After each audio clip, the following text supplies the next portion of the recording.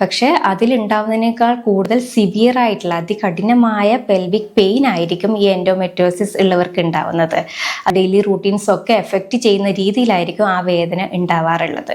അതുപോലെ തന്നെ അവർക്ക് എന്താ പറയുക, മൂത്രം ഒഴിക്കുന്നതിലുള്ള ബുദ്ധിമുട്ടുണ്ടാവാം, കോൺസ്റ്റിപ്പേഷൻ ഉണ്ടാവാം, വയറ്റുന്ന ശരിയായ രീതിയിൽ പോകാൻ പറ്റാത്ത ഒരു അവസ്ഥ ഉണ്ടാവാം. പിന്നെ അതേപോലെ സെക്ഷൽ കോണ്ടാക്ട് വളരെ പെയിൻഫുൾ ആയിട്ടുള്ള ഒരു സിറ്റുവേഷനും കാണാറുണ്ട്.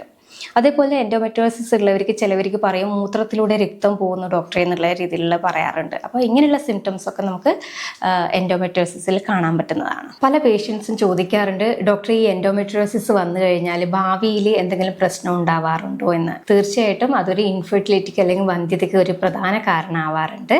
അതേപോലെ AMHൻ്റെ ആൻറ്റി മുള്ളേറിയൻ ഹോർമോൺസിൻ്റെ വാല്യൂ കുറയാനും അതിൻ്റെ ഡെവലപ്മെൻറ്റിനും അത് എഫക്റ്റ് ചെയ്യാറുണ്ട്. കൂടാതെ ട്യൂബൽ ബ്ലോക്ക് ഉണ്ടാവാനും ചോക്ലേറ്റ് സിസ്റ്റ് ഉണ്ടാവാനും പിന്നെ ഞാൻ നേരത്തെ പറഞ്ഞ പോലെ അഡ്ഹഷൻസ്, നമ്മുടെ അനാട്ടമിക്കലായിട്ടുള്ള സ്ട്രക്ചർ മെയിൻറ്റെയിൻ ചെയ്യാൻ പറ്റാത്തൊരവസ്ഥയും ഉണ്ടാവാറുണ്ട്. അപ്പോൾ ഇതൊക്കെ നമുക്ക് വന്ധ്യതയ്ക്ക് ഒരു പ്രധാന കാരണമായിട്ട് വരാം.